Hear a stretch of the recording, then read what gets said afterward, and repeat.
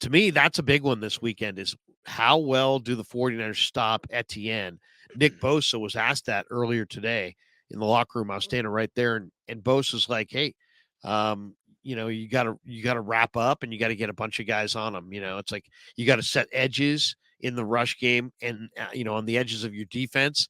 You got to force them back inside, and then everybody's got to arrive at the party, so to speak. You got to get a lot of hats on the back, and they haven't been able to do that the last few weeks. It's a lot of they look like a very fatigued, tired defense. I thought on the last game they looked just a step slow in everything they were doing.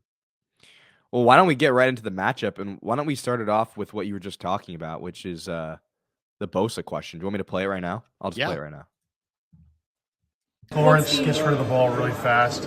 How do you affect a quarterback who's getting it out in 2.4, 2.5? You stop the run and you stop the screens and the RPOs and the quick game, and you try and force them into playing quarterback, playing the position, going through reads, and hopefully later in the game make those plays.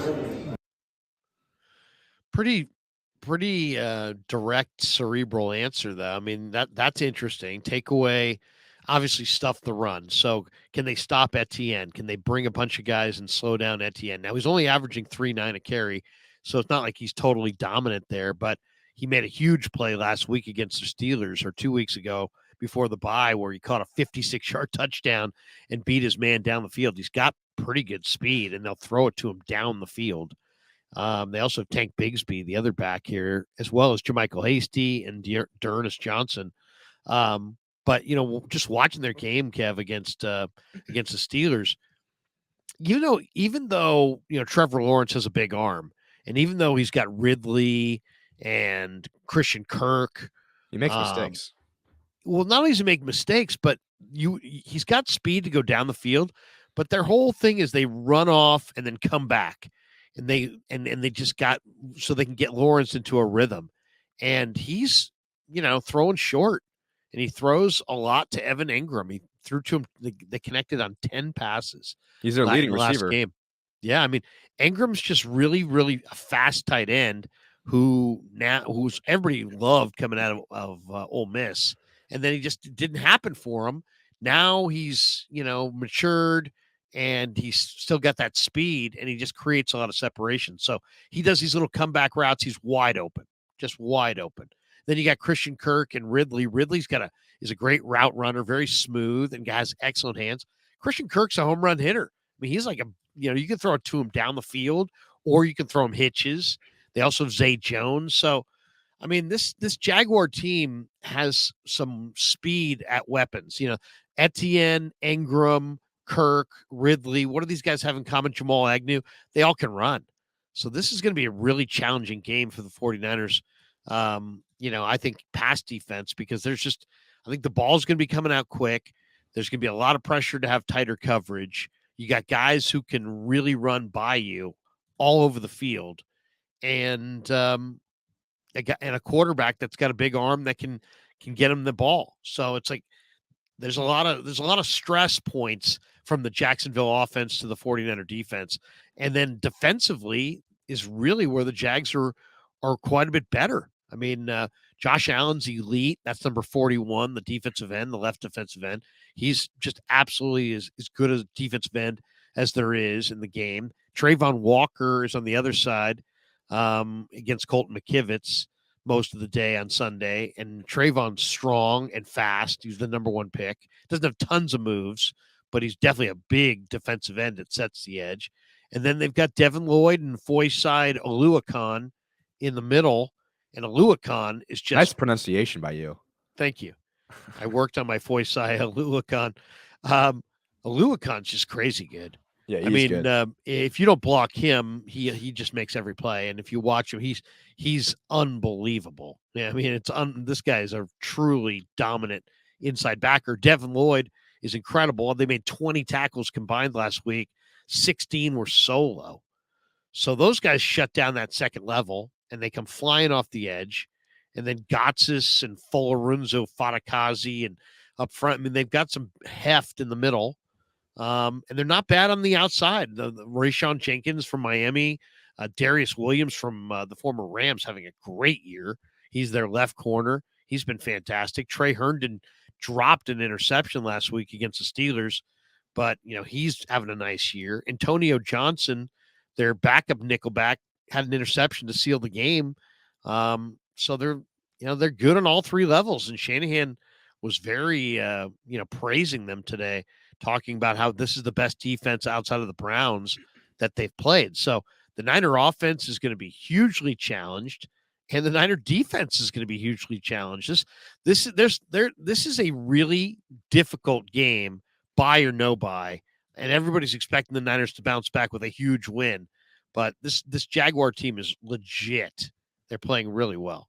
Yeah, no, you're absolutely right. I did my own deep dive on them recently, or in the last few hours. I rewatched that, or I didn't rewatch it. I just watched that Jaguars Steelers game, and they beat them pretty good. But if you watch that game, they turned the ball over in the red zone like twice, and I think they turned it over another time. So it's like they could have killed them. And like Lawrence threw a pretty ugly pick, but if you're looking at this team, their defense is like kind of the main thing about this team, but their offense is scary in its own right. Lawrence can make plays. If he kind of reminds me of Kirk Cousins in a sense that like he'll have a really shitty game. He'll have a game where it's like, what was that? Like that was a terrible decision.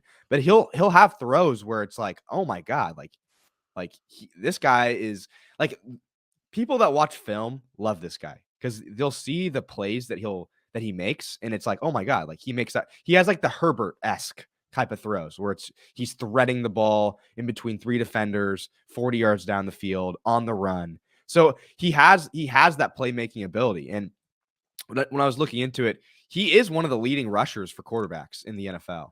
He has 216 rushing yards as a quarterback, which is 7th in the NFL. He does have a negative EPA per play, so he's been on kind of the lower half of the league in terms of EPA per play. But he's 68% completion percentage is definitely pretty good. Takes most of his snaps from the shotgun. The Jags are probably going to come out mostly in a three wide receiver, one tight end, one running back. So Calvin Ridley's been their guy recently too. They're trying to get him more in the mix, and he's a good route runner. He's a good receiver, so it's going to be interesting to see how Charvarius Ward holds up going against him. And then when you go to the defense side of the ball, I mean, it gets even scarier.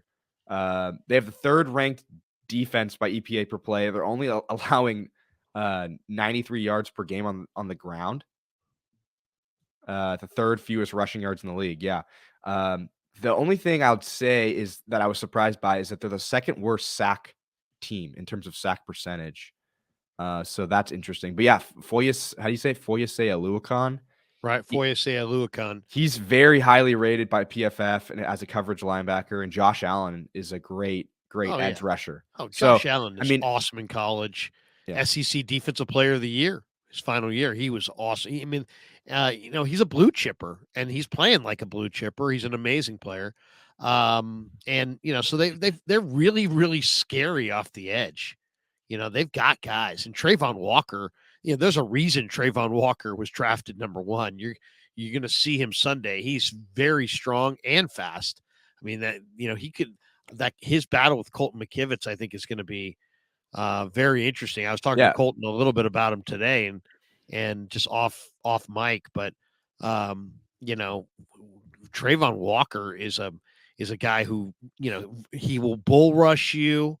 And then he's got, just when you think he's not fast enough, he'll dip the shoulder and try to speed rush you. If you get off course, he can knife inside. He's very strong at the point, setting the edge. I mean, he's a young player who's really raw, but he's an enormously talented player. So it's I think that first play of the Steelers game, he bull rushed their right tackle or whatever and just got a sack immediately. Yeah, and he's crazy talented. Darius Williams is phenomenal. I mean, I always liked Darius Williams with the Rams, but he is playing so well now in Jacksonville. Campbell's hurt. I didn't mention Campbell or Cisco, but both those guys are good players, and they're both hurt. And I don't know if either of those guys is going to go in this game. The one thing I will add is they're facing ETN, and he may be the best running back that they faced. right? Because I mean, who else have they faced? They didn't face Barkley. James Conner. Yeah, no. So I'll take ETN over any of those guys. I mean, ETN's explosive and he can catch the ball. He caught a touchdown in that Steelers game playing from the wideout. He was Pollard. Oh yeah, I guess Pollard. But Pollard's had a bad year. But Pollard's actually had a really negative year. I'll take ETN this year over Pollard, just in the way they played. Mixon, No. you don't like Mixon? 5.4 carry last week. But I mean, you've seen ETN. He's explosive. He's fast. ETN's fast, but I mean, you got to break tackles. I think if you hit ETN, I think he's going to go down. I like this one. He's about, you got to make sure that you know where he is on the field in the pass game, because he can slip behind you. Yeah. And ETN is their CMC. ETN is their CMC. That's a perfect comparison. Not saying that he's as good as CMC, but he is their CMC. Did you just read that out of the chat? Okay, buddy said ETN is their CMC. And it's funny because in college, I felt like he was more of a scat back, but now that I'm watching him, he's definitely put on more muscle. He's definitely more of a power. He has more power now, for sure. Yeah.